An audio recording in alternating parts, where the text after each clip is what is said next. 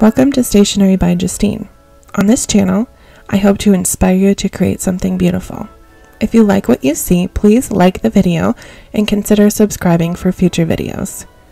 I am a Spellbinders influencer, so some of the products that I show in my videos are sent to me.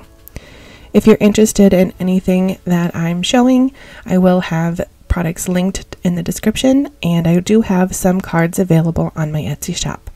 Let's get into today's video. Today I will be making 3 different cards using the Stitched Hello Die of the Month from Spellbinders for May 2022.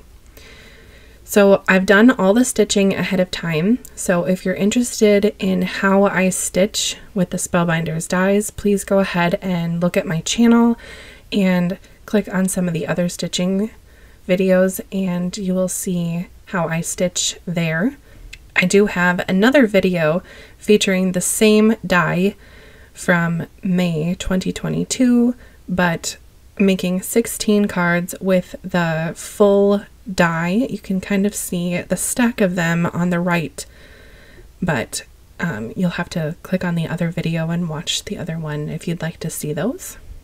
For this one, I thought I'd make a very simple card with making a little flower using the dies from this month and the embossing folder from last month, April, and an embellishment from the Damask Daydream embellishments from one of the old card kits of the month. So that's a Spellbinders embellishment as well. And that card really could be used vertical or horizontal. It doesn't really have one orientation. Then I am going to use my Sidekick from Sizzix little die cut machine here to cut out my hello letters. I have found it really useful to use on small dies like this, so I just wanted to show you how I did that in this video, and it's a really quick way to die cut small things. And I'm also going to just go ahead and die cut the letters from my third card since I already have the Sidekick onto my desk. It has a little suction cup on the bottom. So since it's here, I figured I might as well do it. And you just crank it and it goes through. And that little O I thought might be falling off. It looks silly watching it now, but I had to make sure that it was in all the way. There we go. And just like that, my letters are cut. The nice thing about using a die cut machine like this is that it doesn't matter which way the platforms are going. You just put it in, top, bottom, it doesn't really matter at all. And sometimes I like that because I just want to think about the card, not about how the machine needs to work.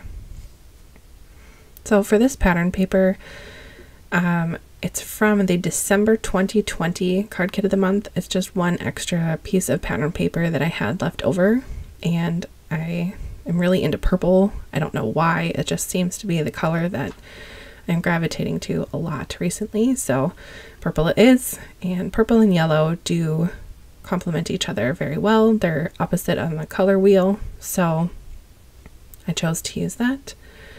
And this little die that cuts out those little blooms I thought was perfect for a card like this, to have it pop on the top and the bottom. Now since there are 5 letters in hello, I usually will start in the center with the center letter and arrange it how I'd like, and then work my way to the outside. And thank goodness for liquid adhesive because, oh yeah, I needed to slide it around a bit.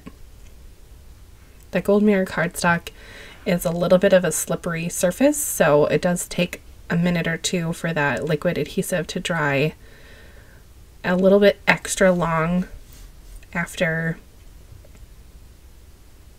you put it on. And looking at this, you could maybe give someone a card if their name was L or Ellie, I'm not sure. You know, in my thanks video, I try to come up with all the different ways you can use the word thanks, and sometimes you kind of have to get creative. So there's that finished second card. And for my third card, again, I used purple. And for this card, I wanted to use the hello letters and use it in a vertical A2, and oh no, my tape runner ran out of adhesive. So I guess I'll just use this opportunity to show you how easy it is to replace the Easy Grand tape runner after I adhere my pattern paper onto my cardstock. It's really quite simple. You just get the adhesive, and there's a little latch in the bottom that you just open, pop it out, and all you have to do is line up that nub. Yeah, I did it faster than I can even say.